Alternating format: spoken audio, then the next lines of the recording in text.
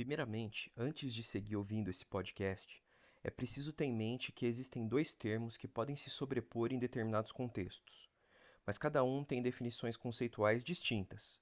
Veja bem, antissemitismo é o preconceito, a hostilidade e a discriminação dirigidos aos judeus enquanto grupo étnico, religioso e cultural. Trata-se de uma forma específica de racismo e intolerância. Antisionismo, por sua vez, é a oposição ao sionismo, claro, movimento político que defende a criação e a manutenção de um Estado nacional judeu.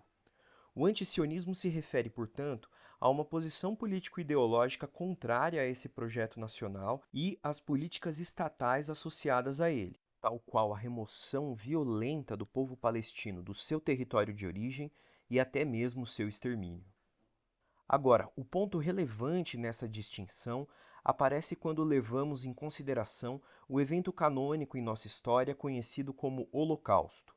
Esse processo constituiu um sistema de perseguição e extermínio em escala e lógica industriais, organizado pelo Partido Nazista durante a Segunda Guerra Mundial, instituindo políticas estatais de segregação, experimentações médicas, trabalho forçado e assassinato em campos de concentração e de extermínio, com o objetivo de eliminar grupos considerados indesejáveis.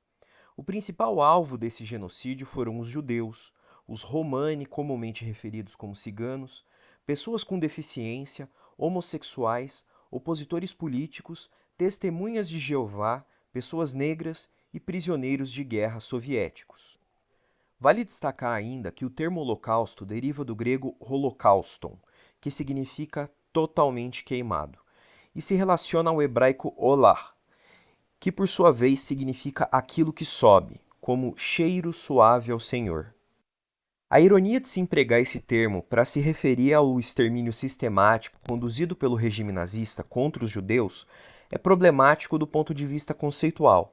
As mortes não eram apenas de judeus e tampouco oferecidas a alguma deidade.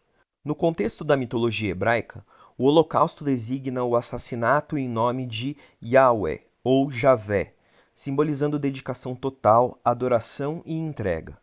E isso nos leva aos territórios palestinos invadidos pelo Estado de Israel, que constituiu um sistema de perseguição e extermínio em massa e organizado, instituindo políticas estatais de segregação e assassinatos em campos de concentração, com o objetivo de eliminar grupos considerados indesejáveis, no caso, o povo árabe palestino.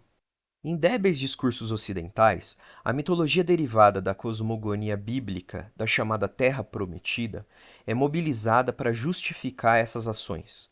O problema aqui não é Javé ter dado a terra para o povo hebreu. O problema é ele ter esquecido de falar para o resto do mundo, o que inclui o povo palestino, cuja fé deriva do mesmo ponto territorial. Ambos os grupos são semitas. Religião à parte, o Estado de Israel é um ente político. Suas ações não constituem expressão de um consenso religioso ou de um mandato divino, mas se inscrevem em processos históricos, geopolíticos e materiais mais amplos, como manifestações do avanço das dinâmicas de poder, do colonialismo e dominação territorial, e acumulação associadas ao desenvolvimento do capitalismo. E apesar de ninguém parecer realmente se importar com isso, nós nos importamos. Que se foda o Estado de Israel e Palestina livre.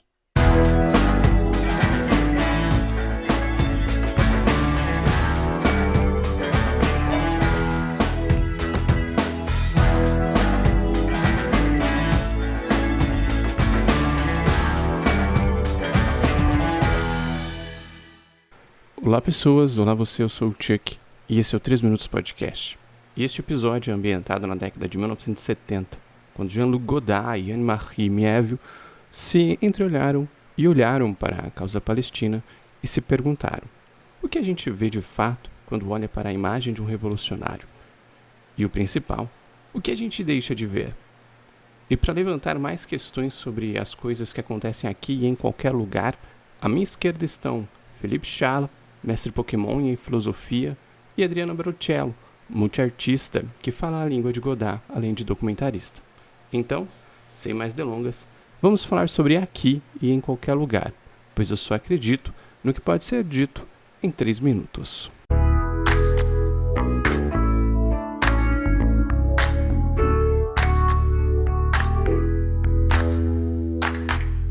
Falar sobre aqui ou em outro lugar em 3 minutos é um desafio, mas eu aceitei esse desafio, fiquei muito feliz pelo convite. Mas como o tempo é curto, eu vou destacar aqui uma reflexão muito bem apresentada no documentário ensaístico, que é sobre a imagem, inclusive uma linguagem cinematográfica até. Mais especificamente sobre a produção e a reprodução da imagem e como o capitalismo forja a sensação de autonomia do indivíduo, inclusive autonomia crítica. Porque quando a gente monta esse quadro a partir de fragmentos de imagens que chega até nós, imagens de guerras, revoluções, Palestina, Israel, a gente tem essa ilusão de autonomia crítica. Porque, afinal, nós estamos manuseando ali esses fragmentos de imagem misturados com entretenimento, com distrações, por que não dizer com alienações. Mas a verdade é que essa imagem que é vendida pelo capitalismo é uma imagem que se escraviza em outra, como o próprio Godard disse. Então, são fragmentos de imagens que se escravizam em outras e que, no final, valida uma mesma narrativa. Aqui, ou esse outro lugar, pode sim se aproximar por intermédio da imagem. O próprio documentário faz isso, né? Desconstrói, se contradiz e desconstrói isso, porque ele apresenta também imagens dessa guerra prolongada e quando mostra a família francesa em frente à TV e depois o cenário de guerra da Palestina, essas distâncias, quando mostra os sinônimos, os antônimos, esse aqui e esse outro lugar também. Tem uma dose de autoironia crítica no filme, principalmente nos voice-over, logo no início. No final também, com a voz da Anne, tem a contradição, né? Essas contradições, esse conflito entre o aqui e o outro lugar. Conflitos que nos incita para um olhar mais sensível para imagens que não se expõem, inclusive. Uma reflexão sobre imagens que não chegam. Os documentaristas trouxeram essas imagens de lá para cá, mas mesmo assim, né, ainda temos essa distância em relação a essas imagens, mas que é muito mais real do que a realidade que é vendida pelo capitalismo. Então, tem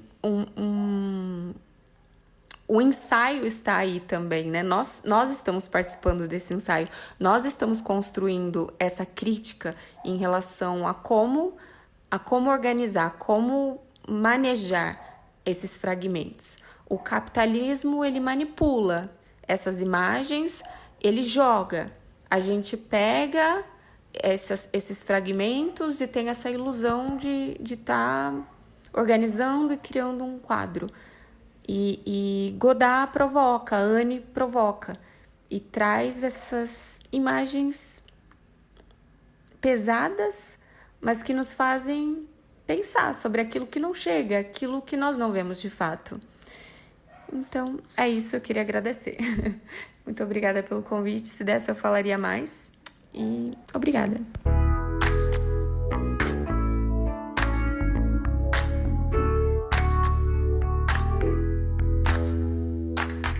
Bônus track! Imagine o choque de ver a estrela de Davi sobreposta à cruz gamada em perfeita harmonia.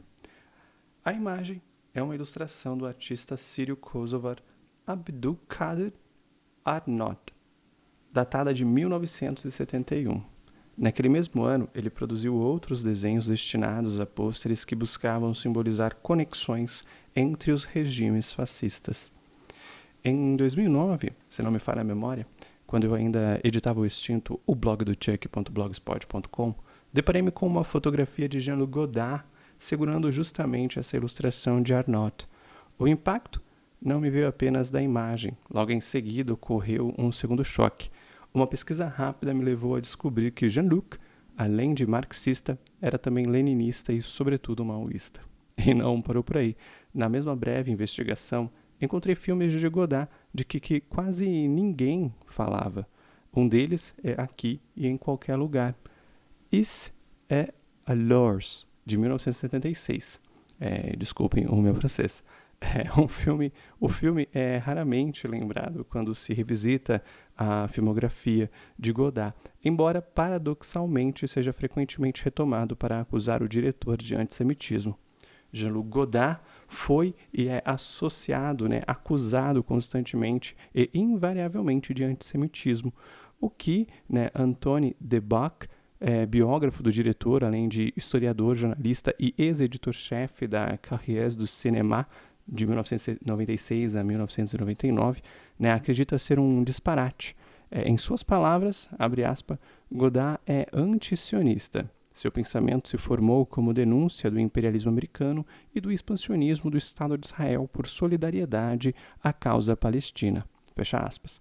E é dessa atuação político-artística de Godard que emerge Aqui e em Qualquer Lugar, articulando a literalidade ensaística de uma crítica decolonial, revolucionária e anti-imperialista com uma rigorosa experimentação da linguagem cinematográfica. Trata-se de um filme profundamente marxista, no qual a dialética se manifesta conceitualmente entre o conforto e o conflito, nas cenas de uma família francesa diante da televisão, o Aqui, em contraponto às imagens registradas na Jordânia, o outro lugar. Da palavra à imagem, durante a rodagem do filme constrói-se um retrato contundente da luta palestina contra o avanço sistemático do imperialismo capitalista, na figura do colonizador israelense que desde junho de 1967 depreda a cultura e o povo árabe na região. Ao assistir e analisar a execução desse filme, sempre me perguntava o motivo de Godard ter escolhido o ensaio como forma e não um documentário convencional. A direção coletiva nunca me chamou a atenção, já que a codireção sempre foi uma marca constante em sua carreira, especialmente com sua parceira Anne-Marie Miéville e nos projetos políticos do grupo Dziga Vertov de 1968 a 1972. Sendo assim, neste breve ensaio, proponho pensar o filme Aqui e em Qualquer Lugar, Jean-Luc Godard e o ensaio como plena expressão cinematográfica, no qual o cinema não é visto apenas como uma representação de nossas sociedades, mas as pensando. Entretanto, para que possamos prosseguir nessa linha de raciocínio, é preciso elaborar algumas coisas. O ensaio literário, o ensaio fílmico, é a análise do filme e o de seu autor. Vamos lá. O ensaio é compreendido como uma forma de pensamento que se constrói na experiência, na problematização e na recusa dos sistemas fechados, tendo como base Theodor Adorno em seu texto Ensaio como Forma, escrito entre 1954 e 1958. Desta forma, entendo o ensaio como escrita que não pretende esgotar o objeto nem submetê-lo a uma verdade definitiva. Trata-se de uma forma crítica que articula reflexão e sensibilidade, operando por aproximações e tensionamentos, e não por demonstrações lineares ou conclusivas. Como o cinema, ele opera por plano e contraplano. O ensaio, nesse sentido, é movimento como o cinema, é tentativa consciente de pensar o real a partir de suas fissuras. Segundo Adorno, assumindo a incompletude como método.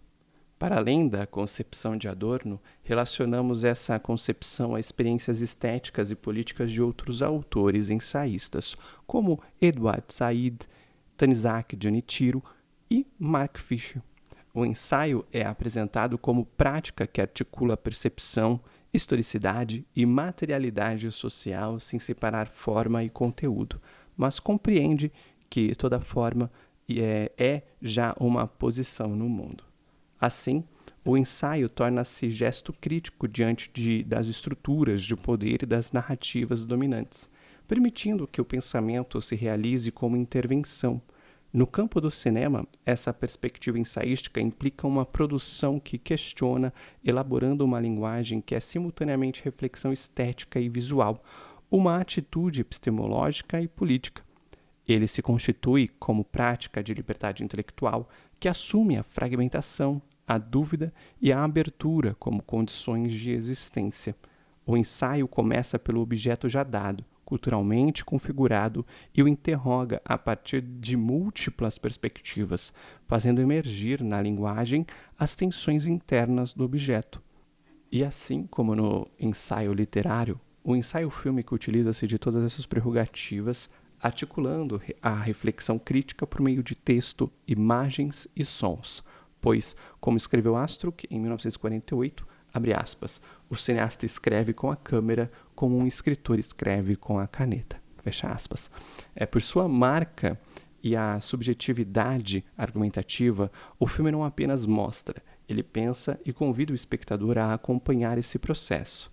Há traços formais recorrentes, a voz é o texto ensaístico, muitas vezes em primeira pessoa, tendo como complemento a composição associativa, traçando relações por analogia, contrastes e digressões, como o ponto de vista narrativo que, em vez de oferecer respostas finais, mantém o pensamento em estado de tensão produtiva, como em Aqui e em Qualquer Lugar, que estrutura-se fiel à complexidade do seu objeto e às contradições históricas que o atravessam dialogicamente, mobilizando procedimentos como montagem, repetições, sobreposições de textos, imagens e sons, interrupções narrativas, quadros negros e operações visuais que introduzem cálculos ou esquemas no interior da imagem, promovendo uma transformação do olhar e da realidade.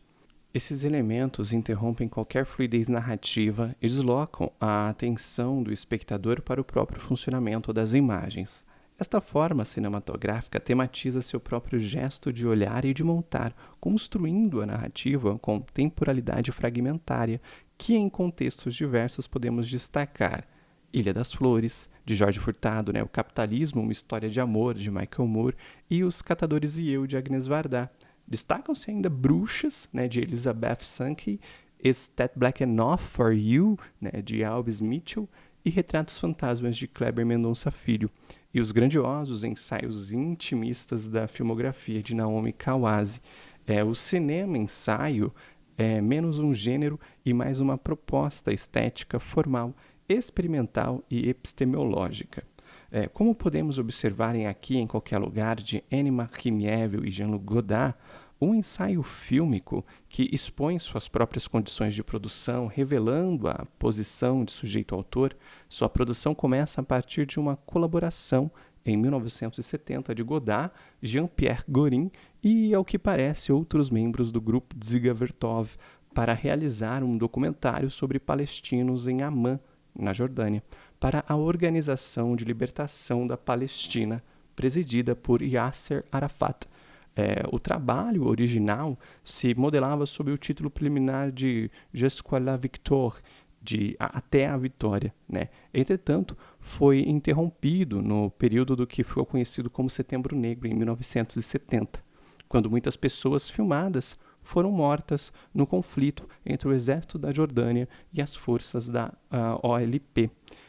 Alguns anos depois, Godard e Miéville retornam as imagens num processo de pensamento retrospecto e começam a montar o filme, no entanto, não mais sob a ótica e a forma documentarista, mas refletindo, pensando e reorganizando as imagens com novas cenas capturadas para compor um novo texto narrativo, deixando de se organizar pela lógica clássica da ficção e da objetividade do documentário expositivo, e estruturando-se como um pensamento em fluxo contínuo, mas que entre telas de televisão, fitas rebobinadas, sons sobrepostos e narração fragmentada, a experiência é composta como ensaio fílmico.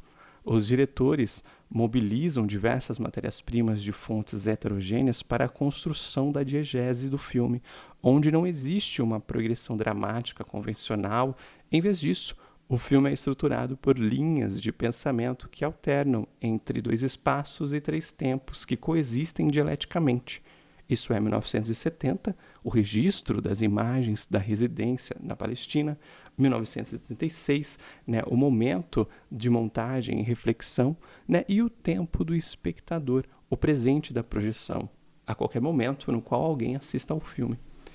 Neste processo, as imagens do documentário original surgem carregadas de uma carga ideológica num dispositivo que transforma acontecimentos políticos complexos em fluxos de imagens consumíveis, bem como ao consumo passivo da violência no interior das sociedades. Os próprios cineastas, no próprio texto ensaítico, reconhecem que as imagens filmadas em 1970 estavam atravessadas por uma retórica ideológica, criando uma estrutura de montagem crítica e de forma incidental, demonstrando que o documentário e o filme-ensaio são distintos entre si. O documentário é expositivo, busca demonstrar uma tese por evidência organizada e objetiva, enquanto o filme-ensaio problematiza a evidência, onde não quer apenas a transparência informativa, mas pensando aquilo que está observando. Aqui e em qualquer lugar, não é apenas defesa dos palestinos e denúncia do Estado de Israel, como na ideia do documentário original. No ensaio, ele assume uma postura que busca entender esse posicionamento. Partindo da reflexão de Theodor Adorno sobre a forma do ensaio, pode-se compreender que o ensaio se inicia sempre a partir de um objeto cultural já existente, que é interrogado criticamente, em vez de simplesmente apresentado, descrito e deduzido.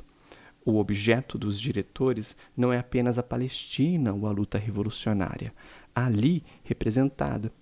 Esse objeto é mais complexo. São as imagens filmadas, as pessoas presentes nas imagens, o filme que originalmente deveria ter sido realizado e aquele que efetivamente se constrói posteriormente na ilha de edição e na mente do espectador.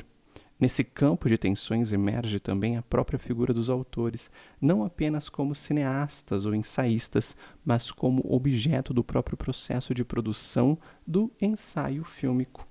O ensaio fílmico não representa simplesmente um acontecimento político. Ele investiga as condições de possibilidade da própria representação.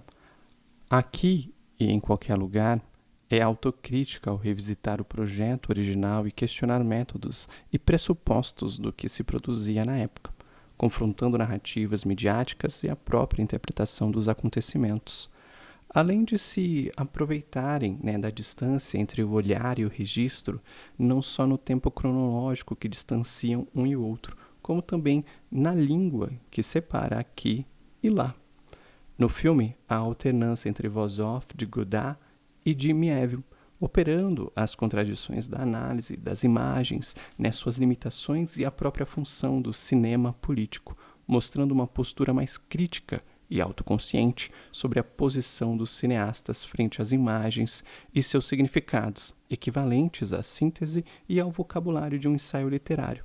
Pois assim como o papel é para o escritor compor o seu ensaio literário, a tela é para o diretor um laboratório para a construção do ensaio fílmico. Utilizamos o conceito de câmera estilo, ou seja, câmera stylo, formulado pelo teórico cineasta francês Alexandre Astruc, em 1948, no artigo Naissance d'une nouvelle avant-garde, la câmera style, publicado na revista Le Camp Français. A ideia tornou-se um dos fundamentos teóricos posteriormente associados ao cinema de autor e fortemente toda a mise-en-scène da Nouvelle Vague. Como identificado por Adorno, as imagens do cinema são fenômeno óptico, que lampejam e desaparecem. Se aproximando da escrita, elas são percebidas, não observadas. A fita leva o olhar como a linha, e o doce embalo das cenas flui ao folhear das páginas. O interessante é perceber como o filme emula a própria postura intelectual de um de seus autores, Godard. Para Daniel Cohn-Bendit, ex-líder estudantil e posteriormente membro do Parlamento Europeu, que manteve proximidade com Jean-Luc Godard desde os acontecimentos de maio de 1968. O cineasta é alguém que procura sempre ocupar a posição mais radical no interior de cada debate. Em suas palavras, Godard quer provocar intelectualmente, mas é emocionalmente muito frágil, alguém que se aproveita de qualquer fervor revolucionário para superar a própria história. Segundo Daniel, essa postura está ligada à própria trajetória do diretor, marcada por uma revolta constante contra as suas origens burguesas. Tal radicalidade não se manifesta apenas no plano ideológico, nasce na simpatia por movimentos revolucionários ou na crítica ao imperialismo, mas também no plano formal e epistemológico de sua prática cinematográfica. Aqui e em qualquer lugar, mesmo com uma direção coletiva, essa sua postura se apresenta na recusa de uma representação transparente da luta política e na decisão de confrontar criticamente as próprias imagens produzidas anos antes. Dessa forma, a postura radical descrita por Daniel Cohn-Bendit encontra correspondência direta na forma do filme O Ensaio. Vendo aqui e em outro lugar hoje, é difícil entender que o filme possa ter originado a atribuição de antissemita a Godard, uma simplificação grosseira de parelhar antisionismo ao antissemitismo. O uso contemporâneo do termo o reduz a qualquer um que critique a política sionista do Estado de Israel. Ignora-se que o termo semita é relativo ao grupo étnico-linguístico ao qual se atribui Sem, filho de Noé, como ancestral, e que compreende não os israelenses ou judeus contemporâneos por livre associação, mas sim os hebreus, os assírios, os aramaicos, os fenícios e os árabes. Esses últimos, por sua vez, é o grupo que palestinos fazem parte e que Godard tenciona em seu filme Ensaio, que de fato é antisionista, mas nunca, em análise alguma, o filme é antissemita. E, acima dessa leviandade e das críticas ao Estado de Israel, aqui e em outro lugar é um filme sobre sua complexidade.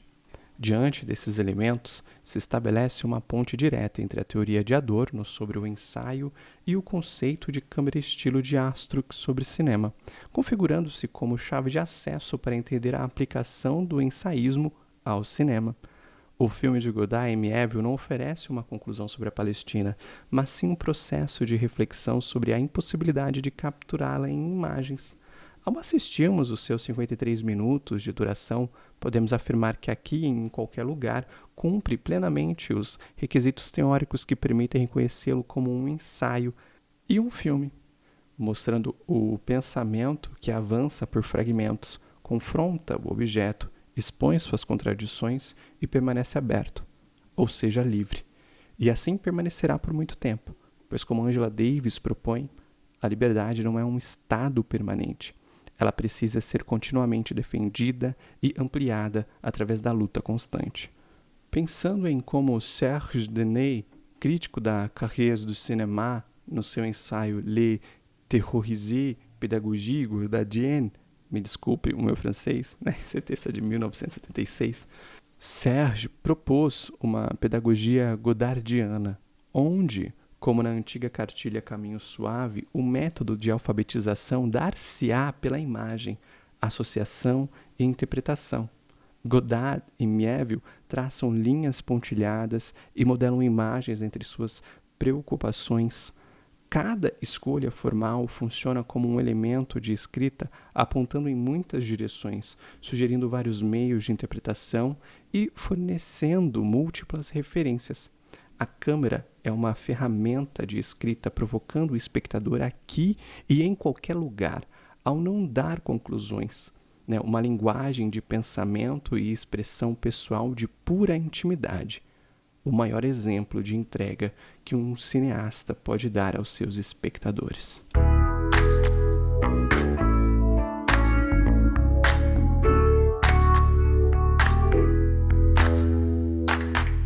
Bom, isso é tudo, pessoal. Assim como foi noticiado pelo jornal Le Monde em 1976, quando Aqui em Qualquer Lugar foi lançado em Paris, uma bomba foi colocada por um grupo militante sionista no cinema em que o filme seria exibido. Ela não chegou a explodir, mas levou ao cancelamento da exibição. Em outra sala, manteve-se o filme em cartaz e ela foi atacada dias depois pelo mesmo grupo que soltou ratos no cinema.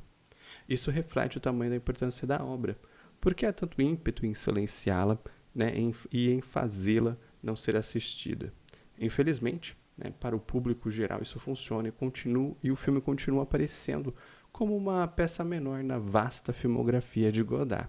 Mas apesar disso, neste filme ensaio, neste ensaio fílmico, é onde há a materialização definitiva de sua voz ensaística que culminará na sua magnum opus, Histoires du Cinéma, um ensaio monumental iniciado em 1988 e concluído em 1998. Histórias do Cinema é um projeto de ensaio fílmico em 8 partes, composto por um longo poema-ensaio de mesmo nome e que foi lançado aqui no Brasil, né? Apreciem. E, como eu disse, comigo esteve Adriana Baruchello, atuando em diversos projetos culturais independentes ligados à música, à literatura e ao audiovisual.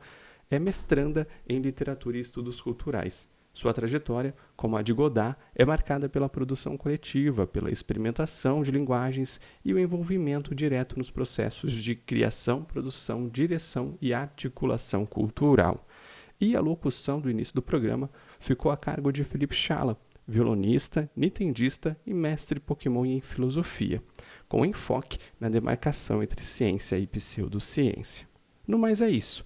Adriana e Felipe são nomes recorrentes por aqui e eu vou listar os links de suas participações no post desse episódio lá no site, assim como a bibliografia selecionada e a leitura adicional para complementar a escuta deste episódio. É só clicar que você vai ser direcionado. Aliás, se você gostou ou não deste episódio, aproveite para mandar seus comentários, dicas e sugestões, e para que possamos continuar produzindo o nosso conteúdo e, quem sabe, expandir o nosso projeto e finalmente aumentar a nossa periodicidade e relevância, acesse cinescrito.com e vá até a página Apoie. Lá há várias formas de contribuir ou, se preferir, colabore compartilhando o 3 Minutos Podcast e o Cinescrito para que assim possamos crescer de forma natural e orgânica, falando sempre mais sobre cinema, pois um filme não acaba quando termina. Até mais, mantenha-se à esquerda e hidrate-se.